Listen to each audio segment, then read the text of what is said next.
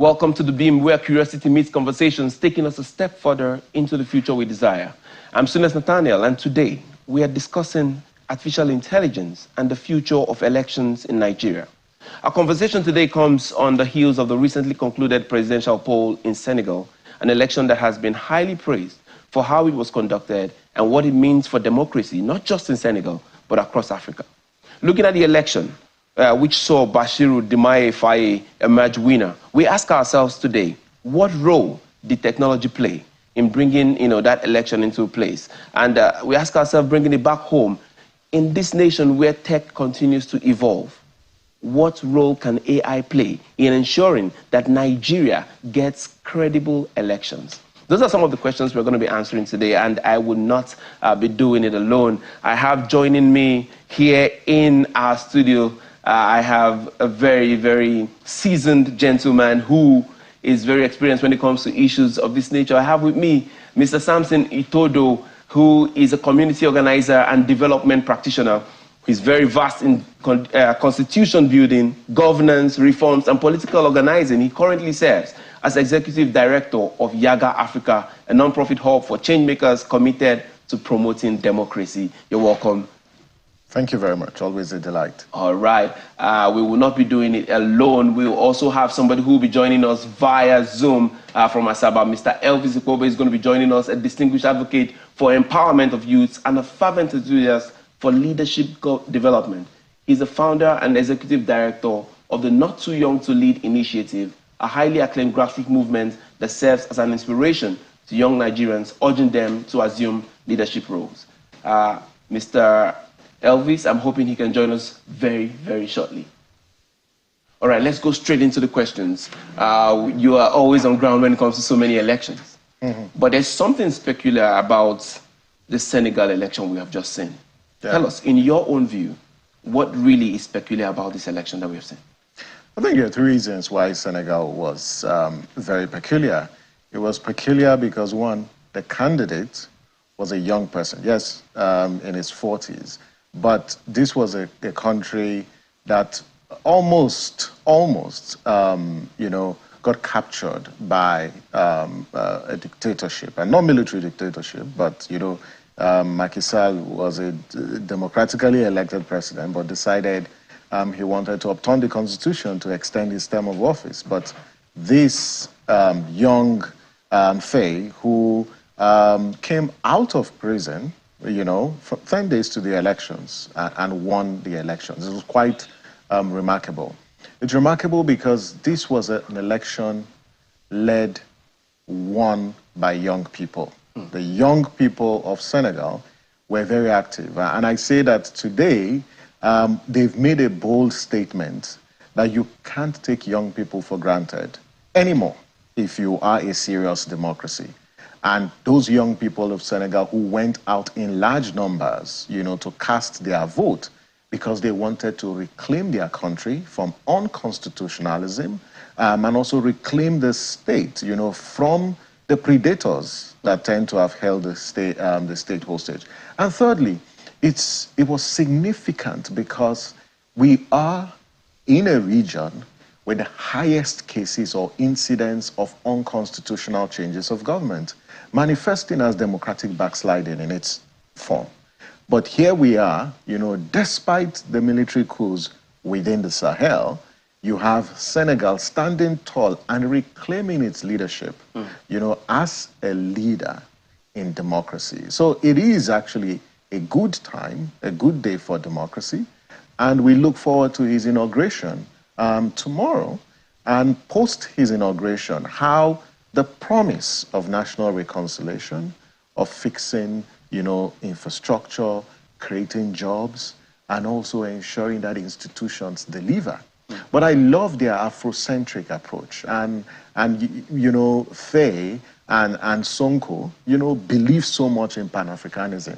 And as a student, of Pan-Africanism, I am very delighted that they are actually looking at African solutions, and not just Senegalese, solutions, but African solutions to fixing the governance issues in Senegal. Wow. That's a lot. It's a lot on their shoulders, looking at them coming in. That's right. I totally agree, because if you look at the economy in Senegal, it's also undergoing depression. There's a lot of jobs that were lost, unemployment. There's also, issues relating to economic inequality.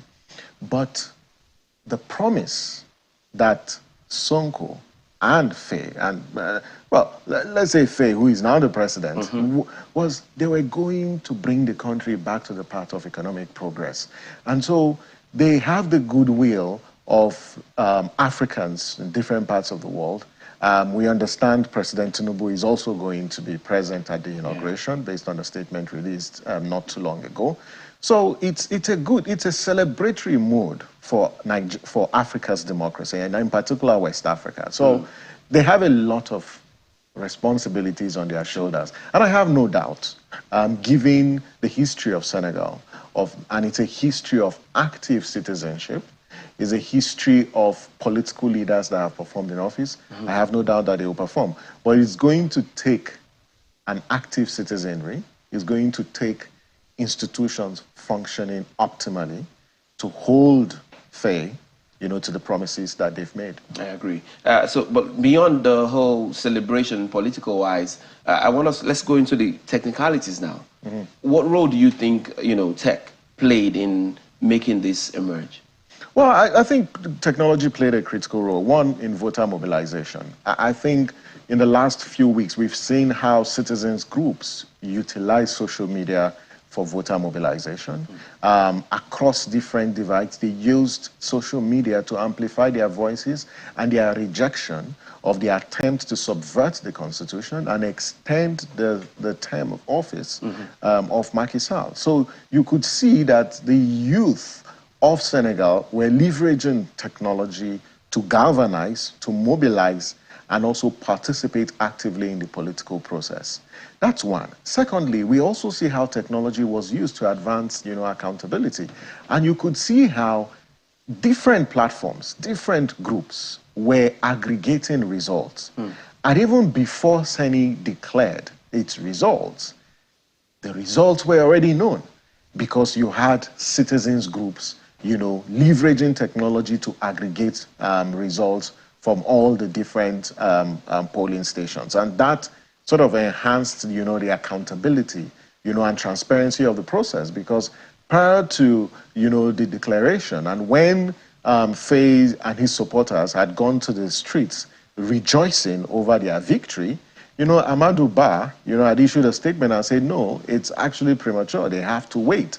But few hours later, when it was clear that based on, the results being announced on radio and TV, because the legal regime in Senegal permits announcement of results on radio and TV, because there's a lot of democratization, of the media space in Senegal. And that's something, other countries need to learn, depending on their electoral history and context, that you give media organizations the freedom, to publish results, especially when they are official results. These restrictions, yes, we understand the context, but there has to be responsibility on the part of the media, also conforming with the ethics of the profession.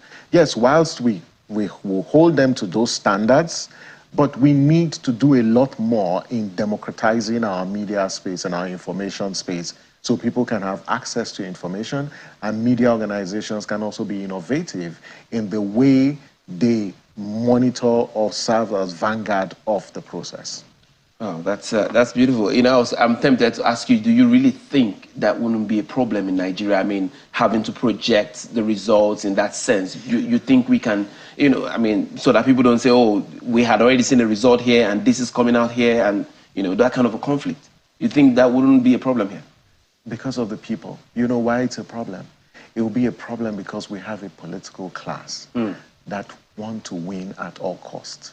You have a political class that don't play the game, by its rules. You have a political class that it's either their way or the highway.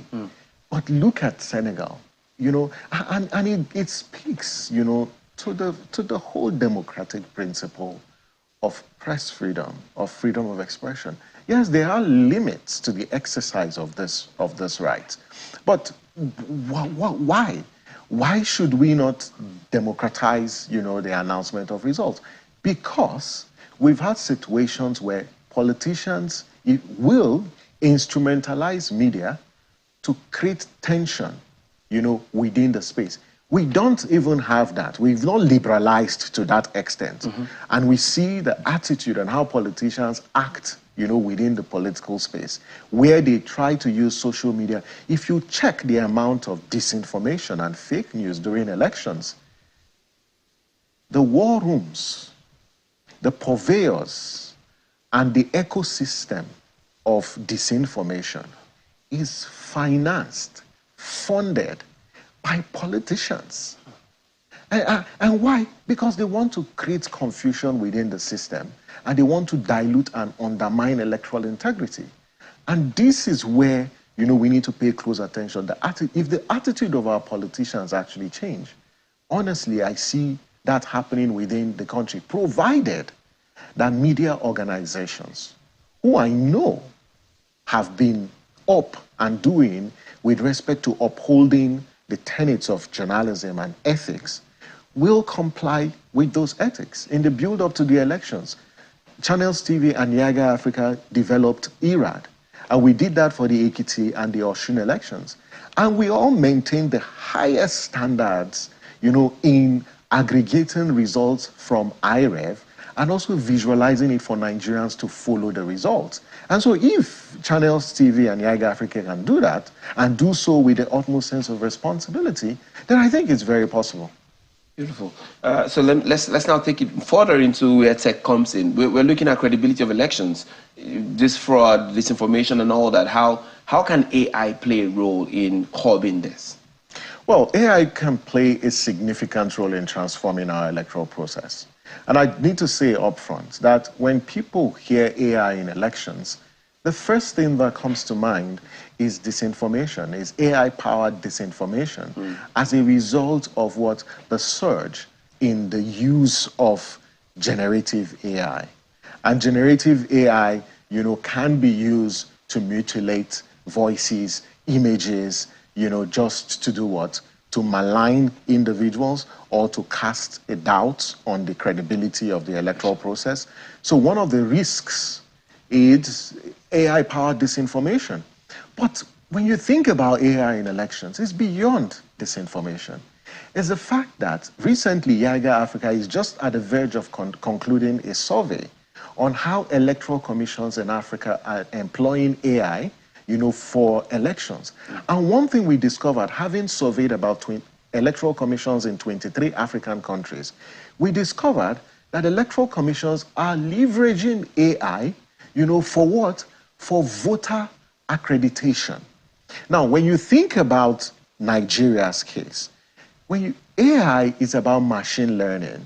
You train these machines using different tools and techniques and a large amount of data to do things like predictions, within a particular context.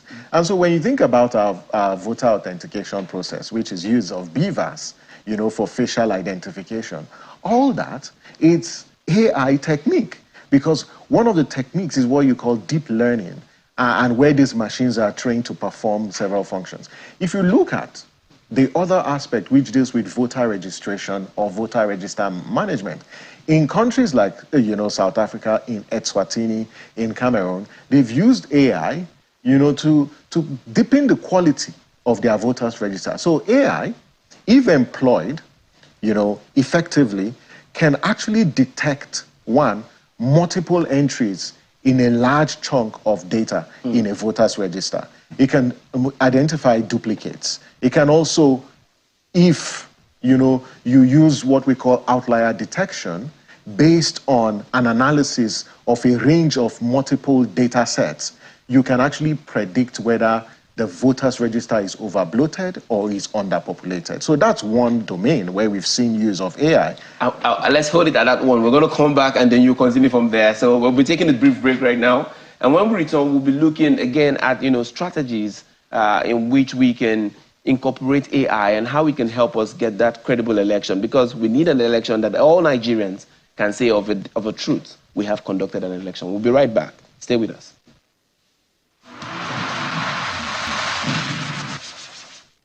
Welcome back. You're still watching Channels Beam, coming to you live from our studios in Abuja. Our guest, Samson Itodo, is still here, and we're still looking at how we can imbibe the use of AI in our electoral process.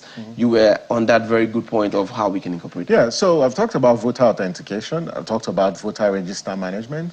The other bit is around results credibility. So we can use AI to, one, deepen the integrity of results collation process. So one technique one tool of AI is what we call computer vision. And what computer vision simply does, if you look at this document that you have, its ability to detect and scrape information from a piece of paper and then facilitate decision making.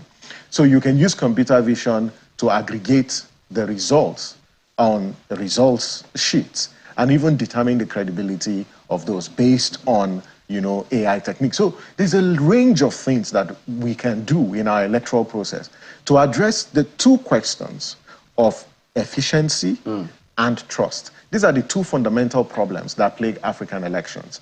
And AI can be a driver, can be a catalyst, it can be an enabler, you know, of trust. But then there are also risks that are associated with AI. But like I said, you know, in a recent reflection on a conference we had in Kenya on the AI, I said, you can deploy AI to the extent that you seek as an electoral commission. But if you have human beings whose personal integrity is not guaranteed, they can undermine the deployment of AI for elections. And let's look at the risk. The first risk is the risk of bias. Because there's a lot of abdication of decision making that we as humans would make on an ordinary situation, and abdicating that decision making role to machines, because you've taught those machines how to think, how to act, and they have certain cognitive abilities based on that sort of learning process. And we say that if, for instance, there is an AI tool that has been infused with bias, and I give a classic example. For instance, if you have your BVAS machines and there's inherent bias, you know, infused into the BVAS machine, when it goes to the day of election and it's used for accreditation, you know, those machines can actually be configured in a way that they would not accredit someone who is fair or someone who has tribal marks. And you know that there are certain tribes in Nigeria who are identified, you know, for the tribal marks. And so when you have bias, you know, infused in AI machines and tools, they can disproportionately affect, you know, citizens, and they could lead to voter disenfranchisement. The second risk of AI is, you know, the assault on human rights. It undermines human rights. AI, to a large extent, is quite intrusive. So things like data privacy.